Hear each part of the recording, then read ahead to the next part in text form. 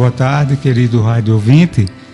Estamos iniciando mais um programa Conversa Fraterna, através da Rádio Brasil Espírita, e com uma alegria muito grande, com uma alegria muito grande, que dividimos com você esses momentos de alegria, de aprendizado, de troca de energia e de busca de equilíbrio das nossas emoções através de um conhecimento à luz da doutrina espírita sobre a vida, sobre os ensinamentos de Jesus. Como nós fazemos, iniciamos com a leitura de preparação e hoje selecionamos do site liçõesdevida.org.br a intitulada Guarda-te em Deus. Essa mensagem está apresentada aqui como sendo uma síntese, e ela foi retirada do livro O Espírito da Verdade, que é a autoria de Emmanuel, psicografia do nosso querido Chico Xavier. Guarda-te em Deus. Lembra-te de Deus para que saibas agradecer os talentos da vida. Se fatigado, pensa nele, o eterno Pai, que jamais desfalece na criação. Se incompreendido, volta-te para ele, o eterno doador de todas as bênçãos. Se humilhado, entrega-lhe as dores da sensibilidade ferida, refletindo no anonimato em que se lhe esconde a grandeza, para que nos creiamos autores do bem que a ele pertence.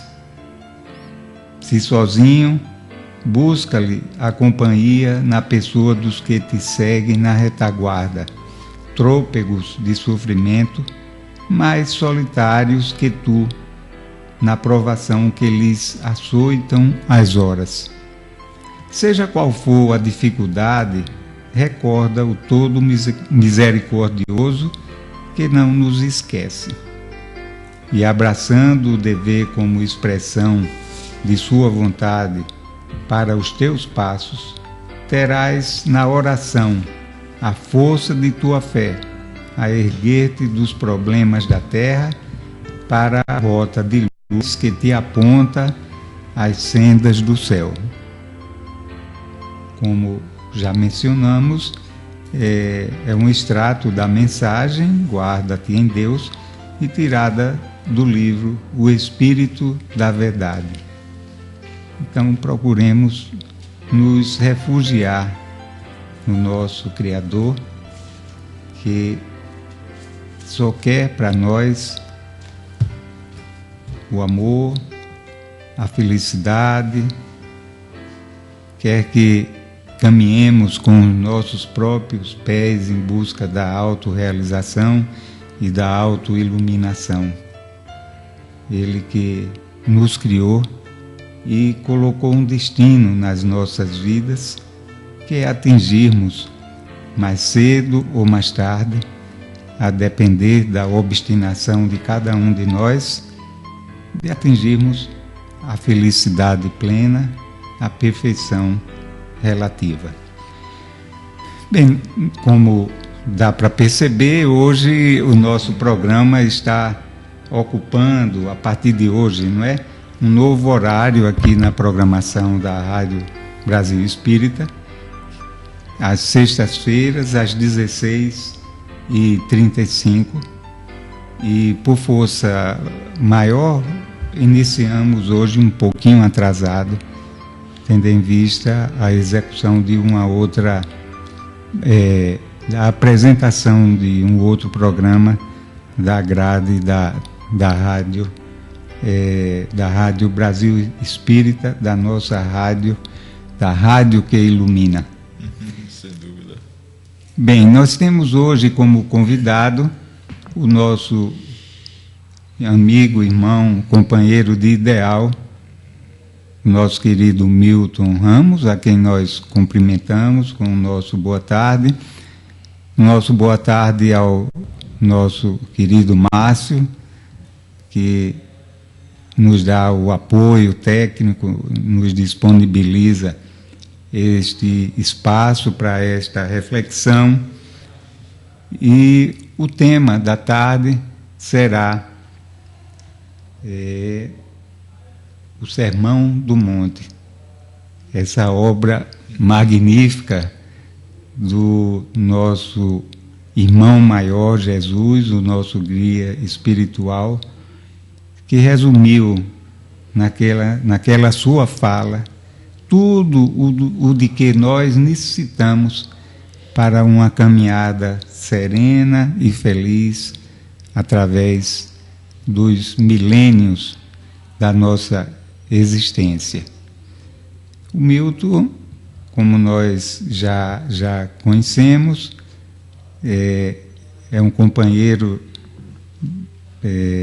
da seara espírita já de longas datas, um estudioso, palestrante, e que sempre que convidado, com a maior boa vontade, ele vem aqui nos brindar com as suas apreciações, os seus estudos, as suas reflexões.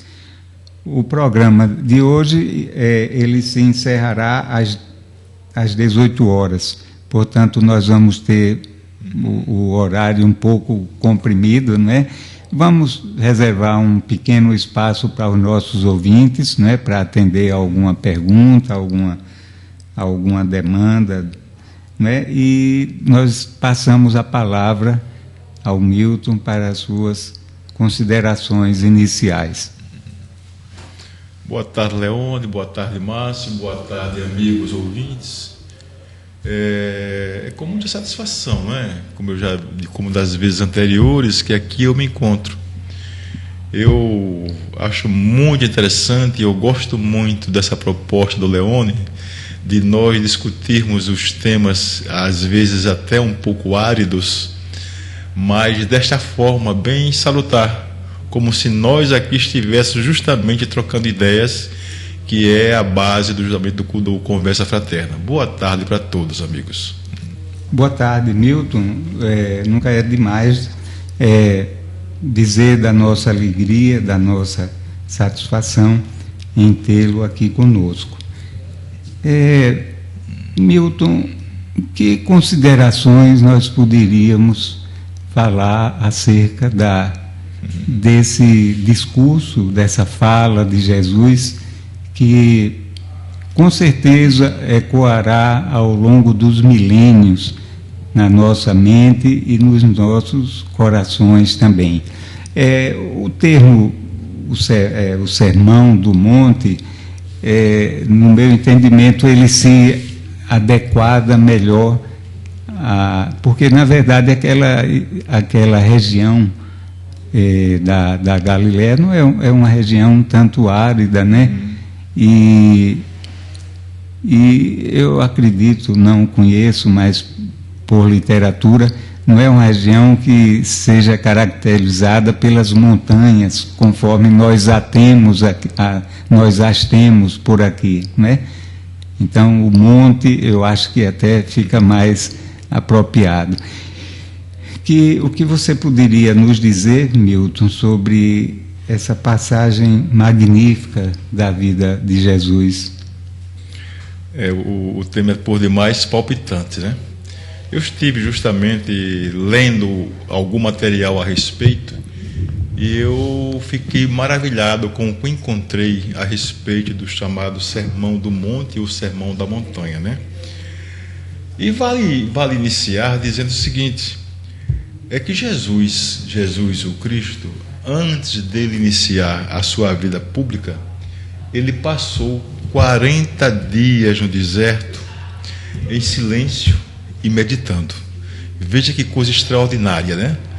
Eu fico a imaginar qual tinha sido, sabe, Leone, o estado emocional, o estado desse personagem tão extraordinário que é Jesus, quando terminou este período que podemos chamar de quarentena, já que foram 40 dias justamente em silêncio e em meditação. Quando terminou este período de quarentena, Jesus vai até a um pequeno monte, não é uma montanha, mas um pequeno monte, lá nas colinas, no sudoeste de Genezaré, né?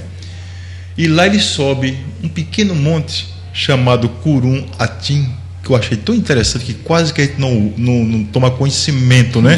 De onde se deu o Sermão do Monte, né? Então, num pequeno monte chamado Curum Atim, e ele faz justamente a sua primeira mensagem endereçada ao povo, iniciando assim o seu messianato. É interessante observar que as palavras, o conteúdo que está dentro do Sermão do Monte ou do Sermão da Montanha, na nossa ótica, ele significa a chamada plataforma do reino de Deus. Por quê?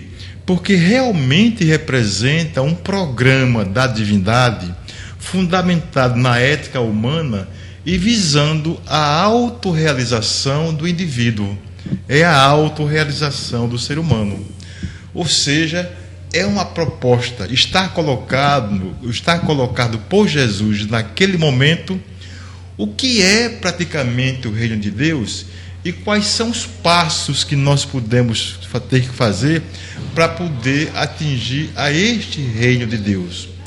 Eu fico a imaginar que quando eu li o Sermão da Montanha, eu fiquei achando o nível de dificuldade que todos nós, seres humanos normais, temos para poder caminhar naquela direção.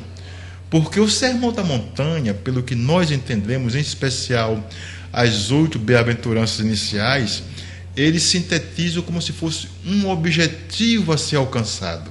É algo que está lá, que nós precisamos desenvolver para caminhar até ele.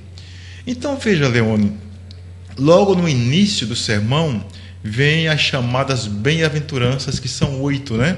São 8 bem-aventuranças.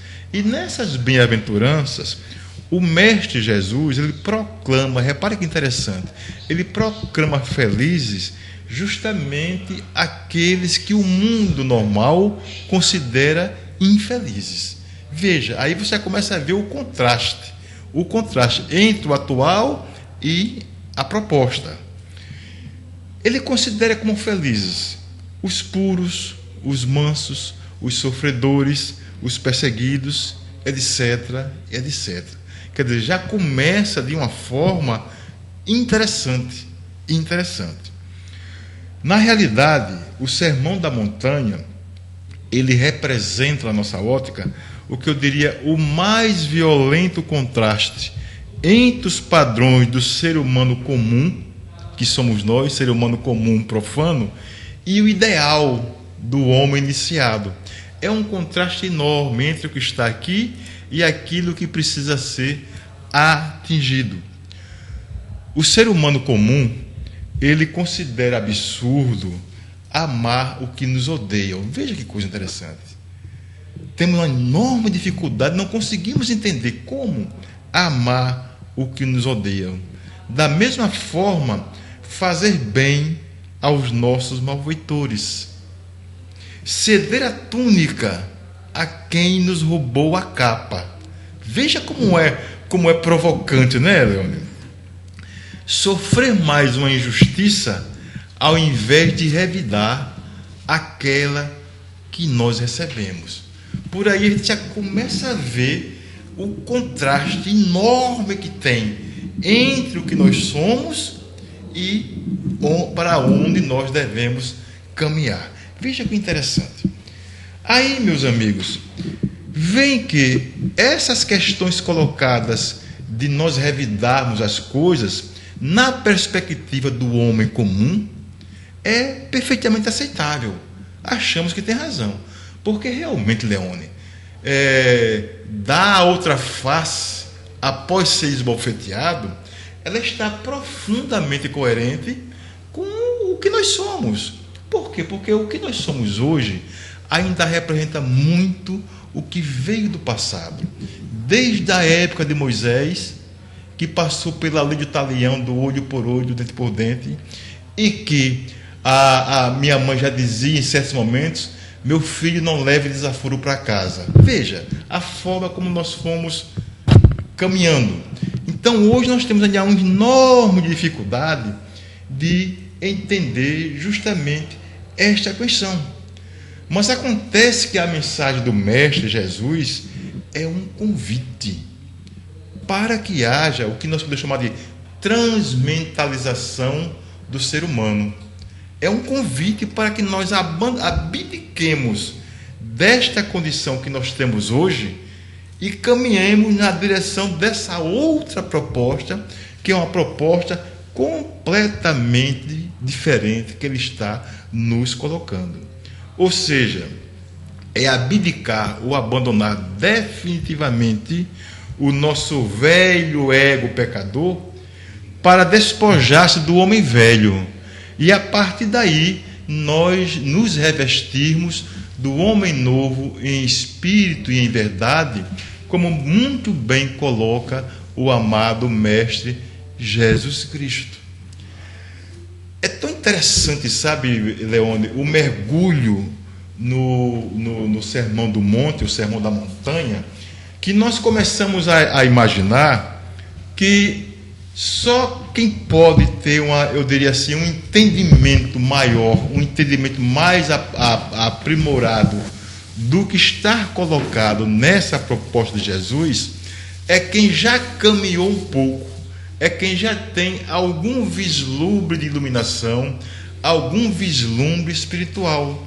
Porque o ser humano comum, ao olhar a proposta colocada por Jesus dentro do Sermão da Montanha, ele vai olhar, como eu via muito numa novela do passado, bem antigo, de carreirinha. Vai olhar o que está contido ali, muita coisa não vai entender e vai simplesmente olhar en passant. Vai só olhar, às vezes se entusiasmar, achar algumas colocações bonitas, mas não vai entrar no âmago da questão. Não vai conseguir entender o que está colocado ali dentro. Só quem conseguiu ter um vislumbre maior, que avançou um pouco mais a nível de uma espiritualização, de iluminação, é que vai perceber a profundidade do que está colocado lá dentro. Nós temos um exemplo disso que eu acho fantástico, sabe? Eu fico maravilhado com isso, que é o do nosso grande Mahatma Gandhi.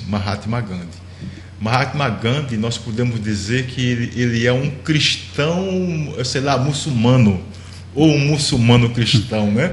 Porque apesar dele ser um muçulmano, mas a sua prática de dia a dia, na época, né, se assemelha muito com a proposta colocada por Jesus, ou pelo esforço em seguir a proposta colocada por Jesus.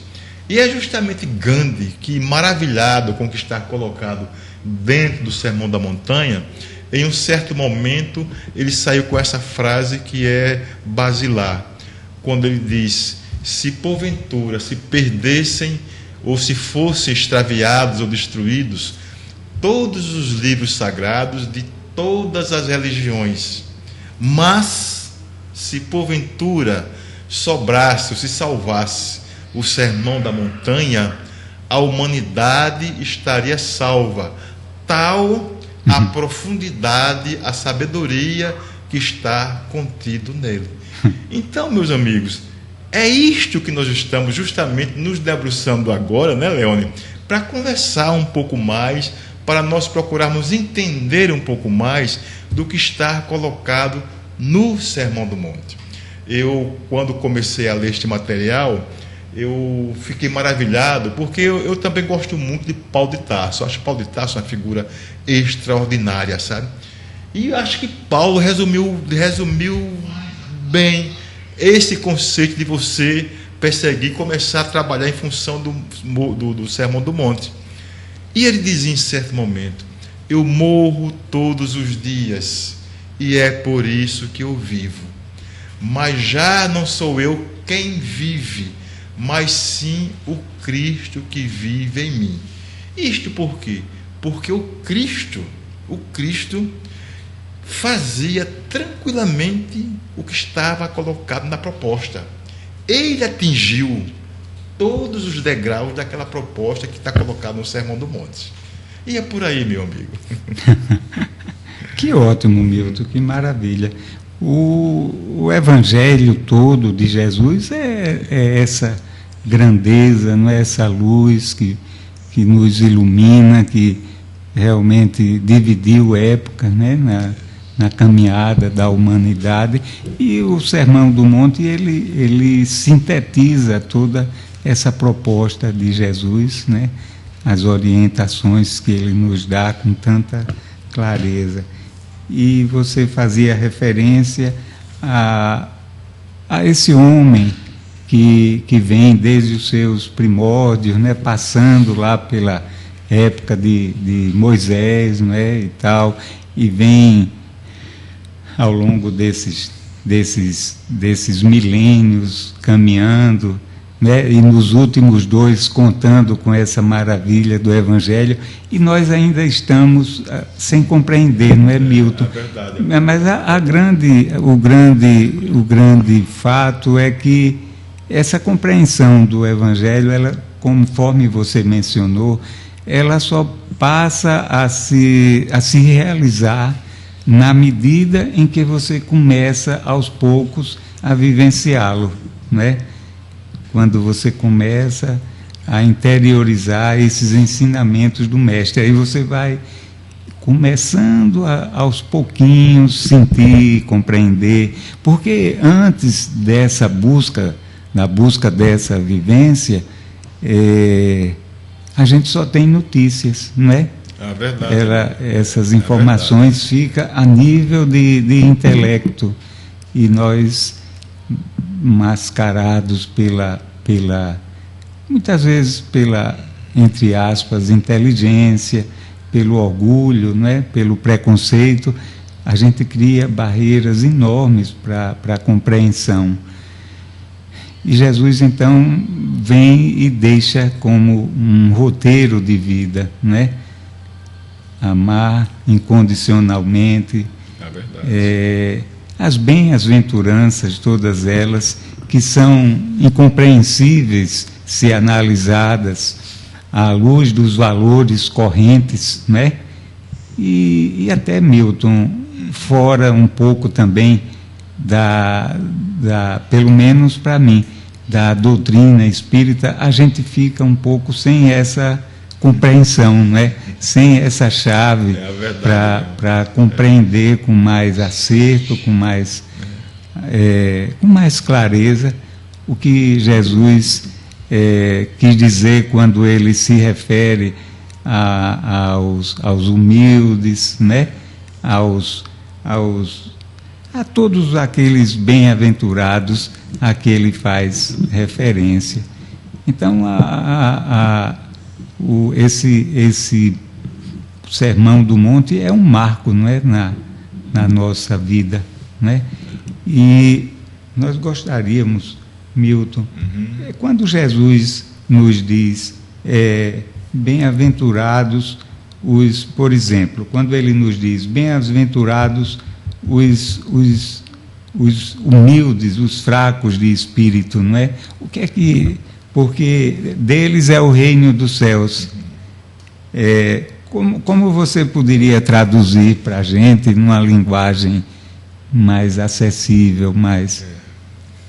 É interessante essas observações, sabe, porque eu estive lendo no meu material que chegou às minhas mãos a respeito dessa citação, bem-aventurados pobres de espírito, e tem uma série de historiadores, teólogos, que dizem que a citação está equivocada, que não é os pobres de espíritos, é pobres pelo espírito, ao se fazer a tradução, né, lá da origem, né? Não sei se foi do aramaico, foi do hebraico, né? Quer dizer, ao longo do tempo das versões foram se perdendo e chegou até nós, bem-aventurados pobres pelo espírito. Os pobres de espírito. Os pobres de espírito. E essa questão dos pobres de espírito leva-nos a entender que sejam as pessoas, vamos dizer assim, destituídas de inteligência ou pouca inteligência, pessoas com menos cabedal de conhecimento, menos cabedal cultural, alguma coisa disso. É como se fosse um pobrezinho. Bem-aventurados pobres de espírito. Quando, na realidade, o que esses historiadores colocam é que a versão correta é pobres pelo Espírito. Por que pelo Espírito? Porque a proposta colocada por Jesus é uma proposta espiritual. Então, tanto o Sermão da Montanha como todas as lições colocadas por Jesus tem que se fazer a interpretação levando em consideração esta visão espiritual e não a visão material da vida. Por quê? Porque a proposta que ele trouxe é diferente. Ele veio num mundo profundamente materializado, violento até, que apedrejava as pessoas na rua, matar a pedrada, né? Quer dizer, um povo ainda muito inculto naquela época. E ele veio trazer uma proposta espiritual, de uma visão completamente diferente. Então, é choque, né? Você querer implantar uma ideia nova, enquanto tem uma outra profundamente arraigada, não é tão fácil. E aí trouxe heranças para nós, inclusive na tradução.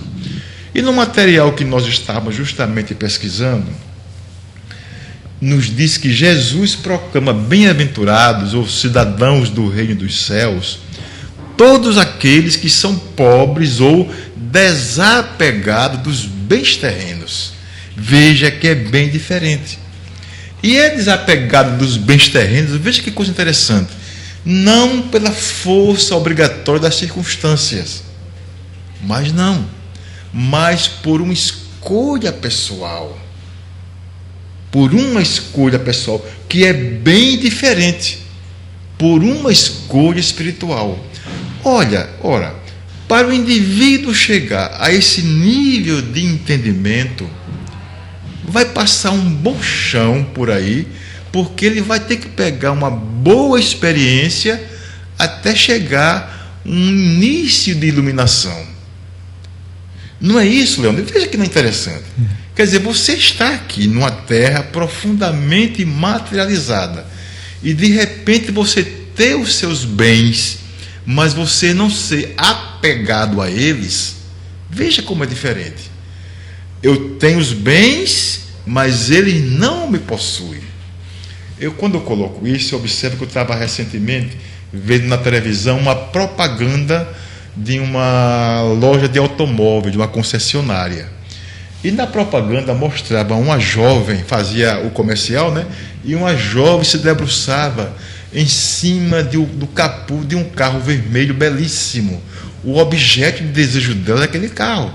Mas acontece que ela se debruçava em cima, como se fosse o amor dela, com todo o sentimento jogado em cima de um objeto. Veja como uma coisa é estranha, né? O outro lado que está colocado por Jesus é bem diferente. É de nós até termos quem tem, mas aquilo não nos domina. Nós não estamos sob a subjugação dele. Eu não posso pegar um sentimento que é profundamente humano, e transferir isso para um objeto inanimado. Não faz sentido. Por exemplo, se aquela jovem da propaganda que eu falei, se ela, por alguma razão, consegue possuir aquele carro, com o sentimento que ela tem de posse, de apego àquele carro, se de repente acontecer um problema, uma batida, ou roubar o carro, ou alguma coisa, como é que essa jovem vai se sentir? Acabou a felicidade. Acabou a felicidade, porque está profundamente apegada à questão de cunho material. Então, o que Jesus coloca da questão do pobre pelo espírito, de respeito justamente ao desapego aos bens terrenos, aos bens materiais. E é como eu disse a princípio, não pela força obrigatória das coisas no caso da jovem, mas por uma escolha espontânea e pessoal. E isso é uma escolha espiritual. Ou seja, Ou seja, aí leva em consideração as pessoas que, podendo possuir bem terrenos materiais, eles resolveram despossuir-se dele, por amor aos bens espirituais, profundamente fiéis à proposta do Cristo. O que foi que Jesus disse a esse respeito? Não acumuleis tesouros na terra, onde a traça corrói e nem a ferrugem come, né? Acumulei tesouros no céu, onde a traça não corrói e nem a ferrugem come. Por quê? Porque vai acontecer um momento em que todos nós, sem exceção, no linguajar espírita, vamos desencarnar. Ou seja, nós vamos morrer, nós vamos falecer. Todos nós, sem exceção. Um mais tarde e outro mais cedo.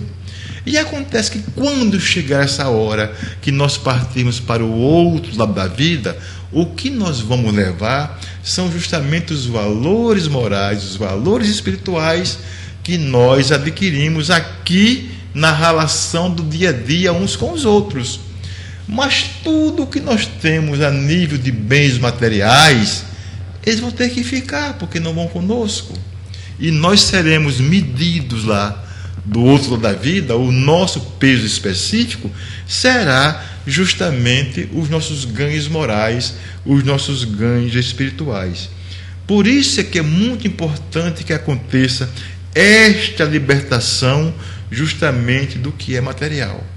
E isso representa experiência e iluminação interna. Verdade, Milton. Olha, o nosso tempo hoje é muito e nós já temos aqui algumas questões propostas pelos nossos ouvintes. A gente gostaria de recapitular essa parte a que você se refere, quando a gente se desencarnar e tal, não é? Nessa outra dimensão. Agora, na verdade, Milton, nós entendemos, talvez você não tenha querido se prolongar nesse aspecto, mas a vida é uma só, não é? Nós estamos em situações diferenciadas, não é? Em dimensões diferenciadas, mas lá ou cá estamos na vida.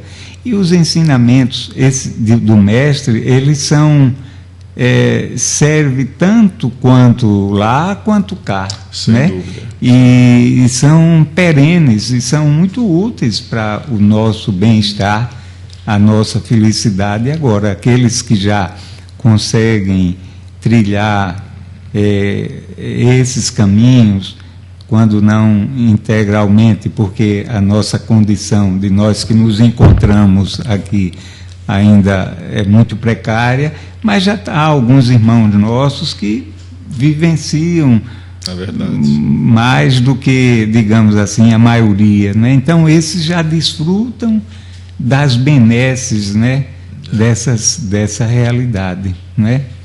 Mas vamos aqui atender aos nossos irmãos aqui. Nós vamos começar pela pergunta de quem? Do Cláudio aqui de Maceió.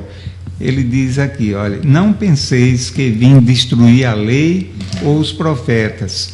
Não vim destruir, mas cumprir, disse Jesus. E no meio espírita se ouve muito. Somos crianças para o nosso Pai. Isso não representa uma manipulação de verdades, uma vez que somos a doutrina esclarecedora, estamos cumprindo a lei. Você quer que eu repita? Boa tarde, Cláudio, obrigado pela sua participação. O Cláudio diz o seguinte: não penseis que vim destruir a lei ou os profetas. Não vim destruir, mas cumprir, né? Cumprir, e Jesus prossegue dizendo que veio dar-lhe seguimento, né? Disse Jesus. E no meio espírita se ouve muito. Somos crianças para nosso Pai. Isso não representa uma manipulação de verdades, uma vez que somos a doutrina esclarecedora. Estamos cumprindo a lei. Essa última parte aí é que ficou meio difícil do entendimento. Somos crianças para o nosso Pai, né? Mas vamos ver o seguinte. Jesus veio no meio de um processo, porque as coisas têm princípio, tem meio e tem a caminhada. Então é um processo. Jesus veio posteriormente a Moisés. Moisés antecedeu a Jesus porque ele veio preparar o terreno para a vinda de Jesus e posteriormente a continuidade. A época de Moisés era uma época muito árida, muito difícil, porque as pessoas ainda eram totalmente incultas, muito selvagens ainda. As pessoas viviam ainda numa certa barbárie. Tanto era que Moisés, quando ele desceu do Monte Sinai com a tábua dos 10 mandamentos, né? E quando chegou lá embaixo, ele viu que ainda tinha pessoas adorando bezerro de ouro, apesar do esforço enorme que ele vinha fazendo ao longo dos anos, no sentido de inculcar na mente daquelas pessoas a ideia da existência de um único Deus. Mas como os povos ao redor eram todos politeístas, e os judeus também tinham, as suas origens estavam no politeísmo, vários deuses, ainda havia muita gente com este hábito. E tinham pessoas adorando o bezerro de ouro. Moisés também, ele se viu obrigado a, dentro do corpo das leis divinas, que são as leis naturais ou as leis de Deus, ele incluir as chamadas leis sociais ou leis de administração da população. Por quê? Porque ele precisava dar um caráter divino a essas leis que eram humanas. Porque se não desse esse caráter divino, as pessoas não obedeceriam. Porque elas estavam muito cruas. Então, obedeço se vier de uma força divina. Se for Deus que mandou. Então, muita coisa dentro da lei mosaica são leis de administração da população. Da população. Logicamente que passou-se o tempo. E Jesus nasceu no meio judaico, na cultura judaica. E acontece que os judeus, eles obedeciam fielmente a Torá, que eram as leis que veio de Moisés. A lei reinante era a lei de Moisés. E na lei de Moisés tinha muita coisa que eram leis de administração do povo, como apedrejamento em praça pública, como tratar a criança como se fosse adulto. Então tem uma série de coisas.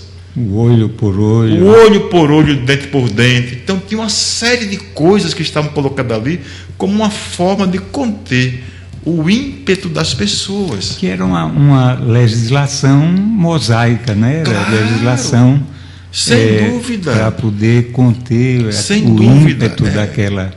Inclusive o Deus de Moisés era o Deus profundamente justo. Errou, ferrou-se. Ele era justo. E ainda tinha também um detalhe: era um Deus que levava o seu povo para a guerra, liderando o seu povo. Era o Deus de uma raça, a raça eleita, que era a raça judaica. Aí passa-se o tempo e chega Jesus. E Jesus caiu justamente no meio da cultura judaica.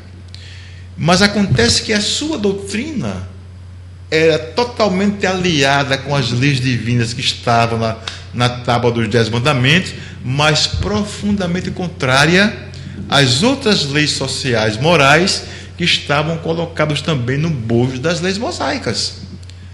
E aí ele começou um processo de reeducação do povo, procurando implantar novos hábitos. E aí ele começou a incomodar. Por quê? Porque as pessoas estavam acostumadas a comportar-se de uma maneira, a obedecer à lei desse jeito, e de repente chega Jesus, o começa a colocar, a propor uma questão completamente diferente dos que eles estavam habituados. Aí então houve muita reclamação. é natural. Muita gente reagiu à forma como Jesus estava dizendo. Como a lei dominante era mosaica, eles diziam que Jesus estava justamente contrariando a lei mosaica, que era a única que eles conheciam. E a lei mosaica para eles era a lei de Deus. E aí vem Jesus e sai com esta frase que é muito interessante.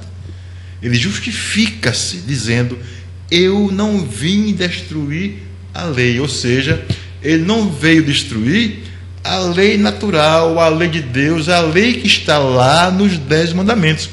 Ele não veio destruir a lei e nem veio destruir os profetas. Mas ele veio dar seguimento às leis de Deus e às leis naturais. Se ele veio dar seguimento, este segmento não podia ficar conforme aquelas leis duras, até irracionais, que estavam contidos na legislação popular. Então ele bateu de frente. E Jesus, sobretudo, veio nos apresentando uma outra face de Deus, não é? Sem dúvida. O Deus de justiça, Deus amor, né? Mas o Deus Pai, o Deus Pai de todo, não mais de uma raça eleita, de uma raça específica, né? E amoroso. E né? amoroso, Então foi realmente uma revolução, não é? E ele tinha que fazer isso, né? Porque no complemento da frase ele diz: porque em verdade vos digo que até a céu e a terra passarão, né? Não passarão, desde que seja cumprido um sotil desde que tudo seja cumprido, né? Então a terra não passará, não se desenvolverá até que tudo aquilo que ele está colocando, que é a lei divina natural, ela não for devidamente integralizada no seio do povo, né? Verdade. Milton, vamos adiante. Bora. Nós agradecemos ao Cláudio. Como o nosso tempo está muito corrido, né? Escasso, a gente não vai poder se delongar muito nas questões. Muito obrigado, Cláudio. Vamos à pergunta de Laurinho. Laurinho é da Igreja Assembleia de Deus de João Pessoa. Então o Laurinho coloca o seguinte: ouvistes que foi dito aos antigos: não matarás, e quem matar será réu de juízo. Eu, porém, vos digo que todo aquele que se encolarizar contra seu irmão será réu de juízo. Enquanto espíritas, onde se busca a verdade, solicito aos oradores que me esclareçam: matar os sonhos, os objetivos, os valores de uma outra pessoa se encaixa nesta passagem? Eu creio que sem dúvida nenhuma, né? Matar os sonhos realmente se encaixa tranquilamente. Há uma questão, sabe, Leone e Laurinho, você né? entendeu a pergunta? Leone e Laurinho, há uma questão que nós precisamos verificar, é o seguinte: é porque estas citações todas, elas foram feitas numa época, dentro de uma cultura e dentro de um povo que vivia daquele jeito. Então, estou colocando isso pelo seguinte: porque é preciso o que podemos chamar de decodificar, ou seja, contextualizar, verificar o que foi dito e fazer uma avaliação com os olhares de hoje. Porque da época que foi dito até hoje, o mundo avançou bastante. Eu achei muito interessante quando a observação do Laurinho, quando ele observa que esta questão de matar não é apenas matar fisicamente o indivíduo, mas matar também as esperanças. Ou seja, ele fez uma releitura extremamente positiva. Há que considerar também um detalhe interessante, que é cultura da época. Não vale a pena nós fazermos crítica nenhuma, porque a época era assim.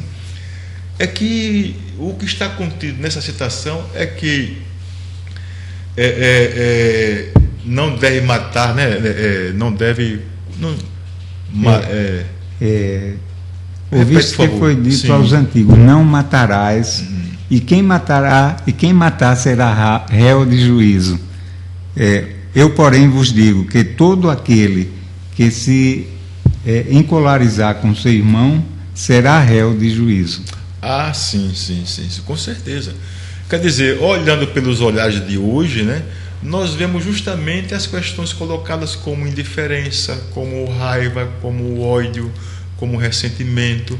Até o próprio egoísmo pode ser isso também se colocado enquadra como nessa expressão matar, a que Jesus faz referência. Sem né? sombra de dúvida. Você tirar, subtrair do outro alguma coisa, quer materialmente, quer oportunidade de esclarecimento, de luz, de progresso, não é? Social, progresso no campo da educação. Quer dizer, a gente furtar do outro, tudo isso são formas de matar. Sem sombra de dúvida, matar esperanças. Né? Muito bem, Laurinho, muito boa a sua interpretação, e é necessário isso mesmo, a gente tirar da letra o espírito, senão a gente ou subtrai muito das questões a sua riqueza, ou então, o que é pior ainda, as interpreta de forma equivocada, não é? Às vezes até dando um sentido oposto àquele que era a proposta original do ensinamento, não é? Sem sombra de dúvida. Obrigado, Laurinho, pela sua participação. Tem uma outra questão aqui, de Heleno Maceió. Ele se identifica da seguinte forma: sou evangélico e ouvinte da rádio Brasil Espírita. Tenho a minha mente aberta e venho aprendendo muito com este canal de luz. Boa, né? Muito obrigado, Heleno, e parabéns, porque as pessoas, não porque você está sintonizado com a Rádio Brasil Espírita, não é por isso, mas é que as pessoas de mente aberta, elas têm mais possibilidade de evolução, não é? De se transformar, de compreender novas ideias, novas concepções, de avançar, né? Claro que não pode faltar com um senso crítico, analítico, não é? Não é tudo que aparece a gente aceitar pacificamente, mas se a gente se fecha, a gente está criando âncoras que não impedirão a nós de avançar, de caminhar na direção à luz, não é? Então a questão dele é o seguinte: bem-aventurado tu, ó Israel, quem é como tu, um povo salvo pelo Senhor, o escudo do teu tesouro e a espada da tua majestade. Por isso os teus inimigos te serão sujeitos, e tu pisarás sobre as suas alturas. Deuteronômios 33, 29. Para compreendermos a mensagem de Jesus, é necessário observarmos alguns versículos do Antigo Testamento. Como interpretar esta passagem acima dentro dos valores do Espiritismo? Essa passagem é interessante, porque o Velho Testamento, ele é cheio de simbolismo, né? Ele tem muito simbolismo. Além de ter muito simbolismo, a linguagem utilizada por ele também, é preciso que nós nos debruçamos para poder fazermos um entendimento, para que nós consigamos entender a forma como as pessoas pensavam naquela época e por que disseram isso. Eu realmente tenho alguma dificuldade de entender o que está colocado nesse trecho aí, em especial a questão do Deuteronômio, sabe? Sim. Por causa justamente disso, por causa da linguagem utilizada, que muitas vezes eles colocam algumas coisas de formas veladas, né? E também apropriada para uma linguagem da época, né? E aí a interpretação fica difícil, né? O meu conhecimento não é grande, eu não tenho um compromisso assim com a sabedoria em si. Então isso me deixa mais livre para falar claro. Aquilo que eu interpreto na minha ignorância. Mas a gente vê aqui, viu, como é o nome do nosso companheiro, o Heleno, irmão, né? o Heleno, viu, Heleno, eu observo o seguinte, que esse trecho especificamente do Deuteronômio, ele tem um valor muito circunscrito, porque isso daqui é uma afronta à justiça divina. Deus não tem privilegiados. Não né? tem mesmo. Ele não trilha esses caminhos, os caminhos dos privilégios, das regalias, das mordomias, ao contrário. Para Deus é necessário que a gente se dispa da nossa vaidade, não é?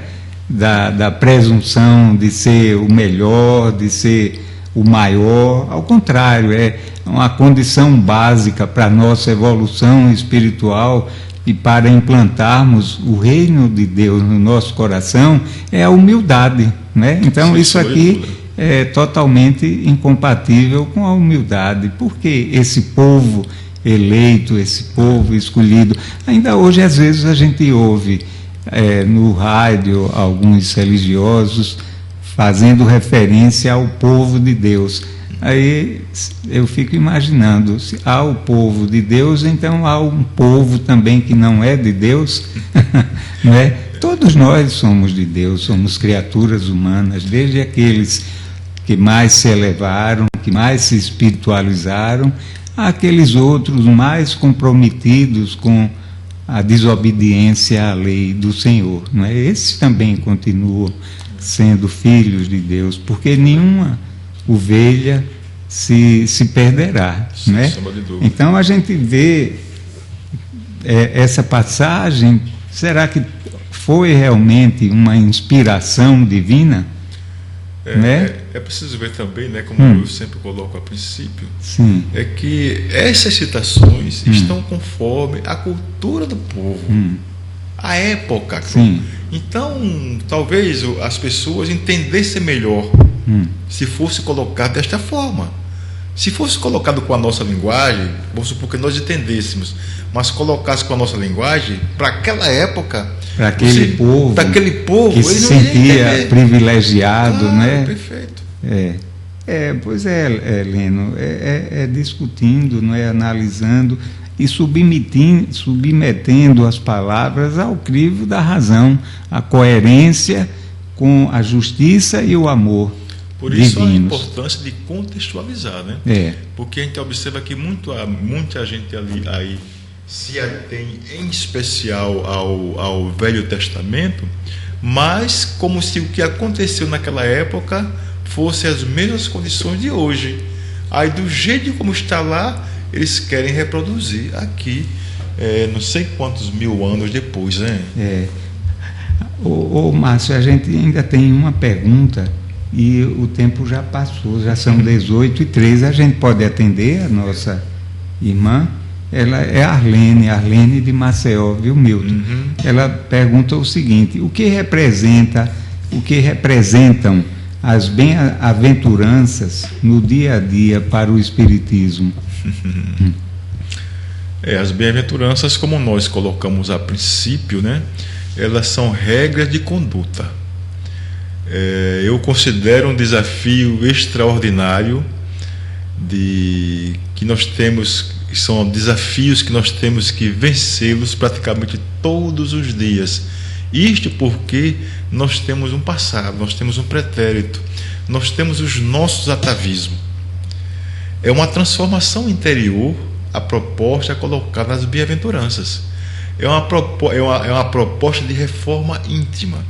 É uma proposta de nós irmos ao encontro do reino de Deus, que, como disse muito bem Jesus, está dentro de cada um de nós. E para nós irmos ao encontro deste reino que está dentro de nós, nós precisamos nos transformarmos numa direção, que eu diria assim, numa direção de uma ética positiva de viver, que foi justamente o que pregou o Mestre Jesus Cristo. As bem-aventuranças nada mais se nós pudermos resumir em palavras curtíssimas, é uma proposta de autorrenovação. É uma proposta de auto-iluminamento do indivíduo. Milton, infelizmente nós já chegamos ao final. Foi rápido, né? Muito rápido. Os nossos agradecimentos à Arlete e a todos os que dividiram esses momentos conosco. Nós lhe agradecemos, Milton, pela sua generosidade em estar aqui. Agradecemos ao Márcio e as suas despedidas, suas considerações. Muito bem, né? Mais uma vez eu quero falar do meu estado de contentamento em estar aqui hoje. Achei que foi muito bom essa conversa fraterna que nós tivemos aqui. A participação dos nossos ouvintes foi profundamente salutar, né? E que demonstra que, de certa forma, todos nós estamos crescendo, porque estamos discutindo coisas que são próprias de nós mesmos e refletindo a respeito disso, né?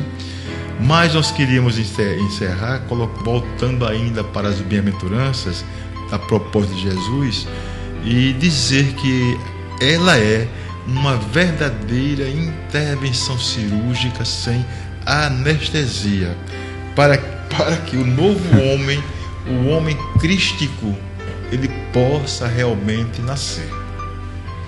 Milton, muito obrigado. Você, como sempre, muito inspirado. E nós agradecemos a todos mais uma vez, mas de uma forma especial nós queremos agradecer a Deus, o nosso Pai, de amor, de bondade, de justiça, que quer a nossa felicidade, não é? A nossa paz interior, e nos dá os meios para que nós promovamos isso, não é? Porque Ele quer, mas quer que a gente construa, não é? Nos faculta os meios, mas Ele quer que os méritos dessa construção sejam nossos. Muito obrigado, e estaremos aqui na sexta-feira novamente, às 14h30, não é, Márcio? 16, desculpe, às 16h30. 35? Pronto, 35, é a nova grade aqui da Rádio Brasil Espírita. Às 16 horas, às sextas-feiras, às 16h35, pontualmente, às 18 horas. Você subtraiu 5 minutos do nosso horário, viu? Muito obrigado, muita paz para todos nós.